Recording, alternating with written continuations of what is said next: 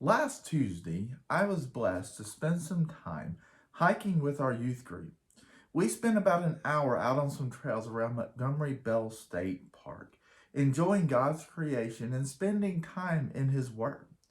It's easy to overlook the goodness and beautifulness of God's creation when we don't have time or take the time to stop and enjoy it. According to Romans chapter 1, God's evident goodness in creation establishes the guilt of anyone who does not acknowledge it. And according to the Psalms, God's evident goodness in creation elicits the gratitude of anyone who does. God's goodness is a light that radiates through all his other attributes. It is the reason his omnipotence, omniscience, and sovereignty are a comfort instead of a terror.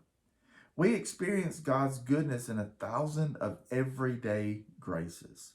No, all is not currently good in the world, but much is, if we take time to note it. Titus chapter 3, verses 4 and 5 tells us that when the goodness and loving kindness of God our Savior appeared, he saves us. James chapter 1, verse 17 tells us that every good and perfect gift is from above, coming down from the Father of lights, with whom there is no variation or shadow due to change. The good and perfect gift of Christ surpasses every other goodness we know. Christ radiates goodness in perfect obedience to the Father for the sake of the lost.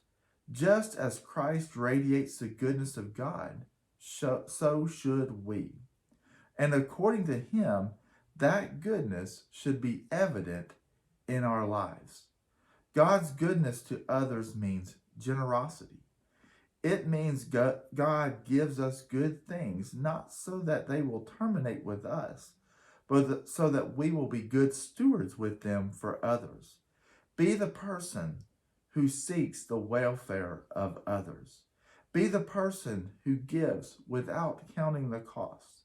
Be the person who serves joyfully with no expectation of thanks or recognition. If we are to walk in the light as he is in the light, we will strive to be good and do good with the understanding that we will be treated just as he was treated. Galatians chapter 6 verse 9 reads, "And let us not grow weary in doing good, for in due season we will reap if we do not give up." We live in a world that has forgotten to take note of God's creation. We live in a society that takes very little note of what the Lord has done at all. The world needs goodness. It needs his people to reflect his goodness to the world.